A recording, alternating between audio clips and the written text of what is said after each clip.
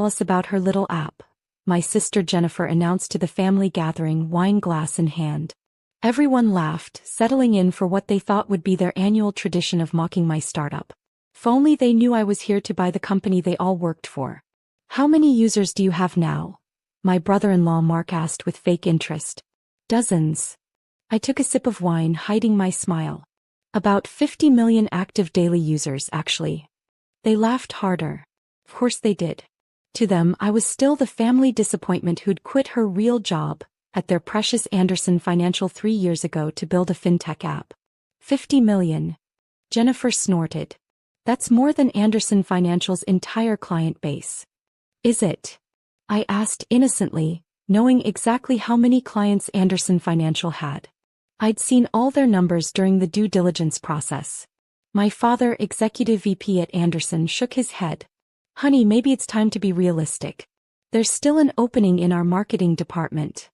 Pass, I said, checking my phone. My assistant had just texted, acquisition papers ready. Board meeting scheduled for tomorrow morning. Jennifer peered over my shoulder. More app updates? Or are you finally updating your resume? I locked my screen before she could see the message from my lawyers confirming the hostile takeover details. Something like that. The family gathering continued its usual pattern. Jennifer bragging about her corner office at Anderson. Mark talking about his latest promotion. Dad discussing the company's bright future. None of them had noticed that Anderson Financial stock had been quietly declining for months. None of them had realized that my little app, FinFlow, had been eating into their market share, stealing their younger clients with our superior technology. And none of them had any idea that tomorrow, I would walk into their board meeting not as the family disappointment, but as the CEO of the company buying them out. My phone buzzed again, another text from my assistant. Their board doesn't suspect anything. Still think they're meeting with anonymous investors. Perfect. Sarah, Mom called from the kitchen. Are you sure you don't want to reconsider Dad's offer? The marketing position comes with benefits. I have benefits, I said quietly. Really good ones, actually. Being a billionaire tech CEO had its perks. Food stamps don't count, Jennifer quipped, causing another round of laughter. I stood up, gathering my coat. I should go. Big day tomorrow. Oh. Mark raised an eyebrow. Finally got a real job interview? Something like that, I smiled. Actually, I have a meeting at Anderson Financial. Dad frowned. I haven't heard about any meetings tomorrow except the board meeting with those major investors. Exactly, I said, heading for the door. By the way, how's the company's tech integration going? Still running on that legacy system from 2010? Before they could answer, I was gone. Tomorrow they'd understand exactly what my little app had become. And exactly who those anonymous investors were. I got into my Tesla, which they thought was a rental, and called my assistant. Is everything ready for tomorrow? Yes, Ms. Chen. The acquisition papers are prepared, and security has your private elevator access set up. Perfect. I smiled, thinking of Jennifer's corner office. And the org chart changes? Ready to be implemented immediately after signing. Would you like me to prepare termination papers for any specific executives? I thought about Mark's smugness, Jennifer's mockery, Dad's dismissal of my dreams. No, I said finally. Let them keep their jobs. For now. I want them to work for me. Sometimes revenge isn't about firing people. Sometimes it's about becoming their boss. Tomorrow, the family that had laughed at my startup would learn exactly what I'd built while they weren't paying attention. And their faces would be priceless. The Anderson Financial boardroom fell silent as I walked in. Gone was my casual Christmas dinner attire, replaced by a power suit that cost more than Jennifer's monthly salary. My assistant followed with the acquisition papers while my legal team filed in behind us. Ms. Chen, the board chairman stuttered, You're the anonymous investor? Surprise, I smiled, taking my seat at the head of the table. Dad's usual spot, though he wasn't here yet. Neither were Jennifer or Mark. They weren't high enough in the hierarchy to attend board meetings. But you're... Another board member started. The CEO of FinFlow? I finished for him. The little app that's been stealing your market share for the past year? Yes, that's me. I pulled up our presentation on the boardroom's outdated projector system. Let's talk about why Anderson Financial is worth more as part of FinFlow than as our competition. The elevator chimed and Dad walked in, freezing mid-step when he saw me. Sarah? What are you? Buying your company, I said calmly. Take a seat, Dad. You'll want to hear this. He sank into a chair, looking shell-shocked as I began my presentation. Anderson Financial's market value has dropped 40% in the past year. I displayed the graphs. Your technology is outdated, your customer acquisition costs are astronomical, and your younger clients are fleeing to more innovative platforms. Like yours, the chairman said quietly. Like mine, I agreed. FinFlow processes more transactions in a day than Anderson does in a month. Our AI-driven investment algorithms have outperformed your human advisors by 300%. And our operating costs are 1/10 of yours. My phone buzzed. Jennifer calling. News must have reached the lower floors. The choice is simple, I continued, ignoring the call. Accept our offer or watch your company become irrelevant within 5 years. This is absurd, Dad finally found his voice. You can't just what? I turned to him. Build a better company? Create superior technology? Or prove that your dismissal of my little app was the biggest mistake of your career?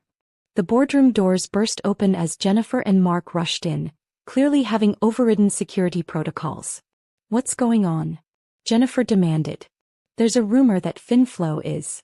She stopped short, seeing me at the head of the table. Perfect timing, I smiled. We were just discussing the new organizational structure. You might want to hear this, considering you both work here. Mark's face went pale. You're the one buying us? Already bought you, actually. I nodded to my lawyers, who began distributing the signed papers. The board approved the sale 10 minutes ago. They were just about to inform the staff. Jennifer collapsed into a chair. This is a joke. It has to be. Like my little app? I pulled up FinFlow's financial statements. The one you laughed at last night? The one that's now worth 30 times Anderson Financial's market cap. Dad stared at the numbers in disbelief. All this time I was building something revolutionary while you were all mocking my choices, I confirmed. Funny how that worked out. I stood up, smoothing my suit. Now, about those organizational changes. Jennifer, you can keep your corner office. For now. Though you might want to update your resume, we'll be modernizing that department soon. And me? Mark asked weakly. You'll report to my VP of sales. The one who's 25 and grew up coding. I'm sure you'll have lots to learn from her. My assistant appeared with more papers. The press release is ready, Ms. Chen. And the all-staff email announcing the acquisition is drafted. Send it, I said, watching my family's faces. Oh, and add a personal note to the Anderson family members. Something about the benefits of supporting innovative startups. Jennifer's phone pinged with the email. She read it, then looked up at me with new eyes. You're worth more money than this building, I finished for her. More than Anderson Financial made in its best year. More than Dad's entire retirement fund. I gathered my things, preparing to leave. By the way, about that marketing position you offered me, I think I'll pass. But feel free to apply for our open positions.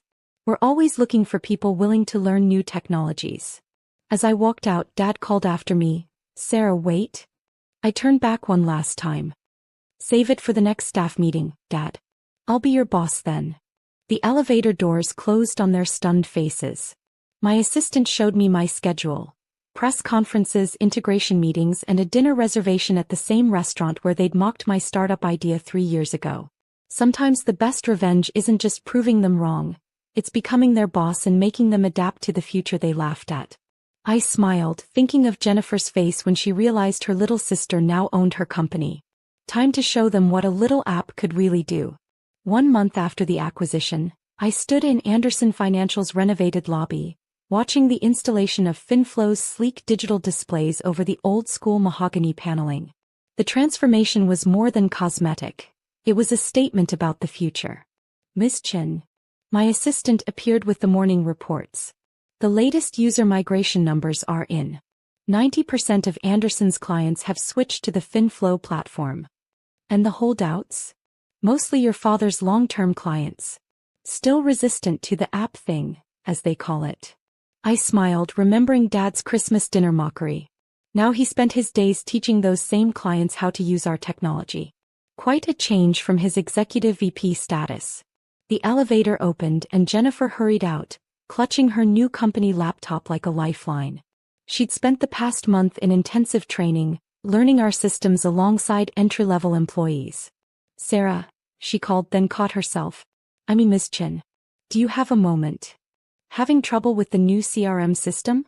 I asked, knowing she was. Our monitoring showed she'd failed the basic proficiency test twice. "It's just different," she struggled to find diplomatic words. "More complex than our old methods." "You mean more efficient," I corrected her. "Like that little app you used to laugh at." Before she could respond, Mark rushed up, looking harried. "Sir, Ms. Chen, about the sales presentation. The one where you have to demonstrate our AI-driven investment algorithms?" I raised an eyebrow. "The technology you said would never catch on?" He flushed. "I'm having some technical difficulties. I noticed. Your performance metrics are in the bottom 10%. Not the kind of numbers we keep around at FinFlow." The color drained from his face. "Are you saying?" "I'm saying adapt or find a new job," I said firmly.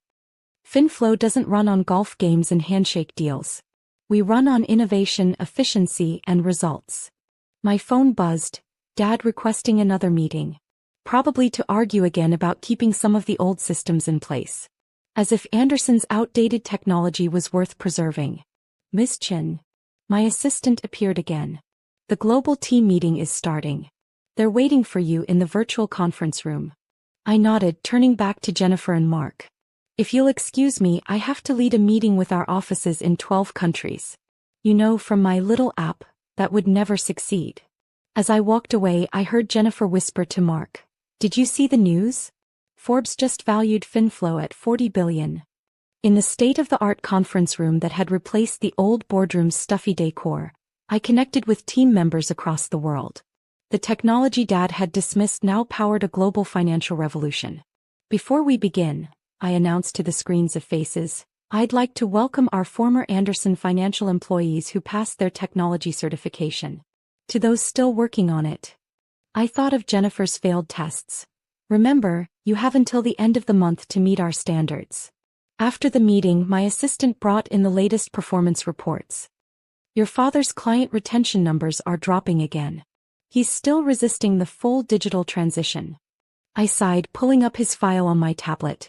"Schedule a meeting. It's time he understands that the future doesn't care about his comfort zone."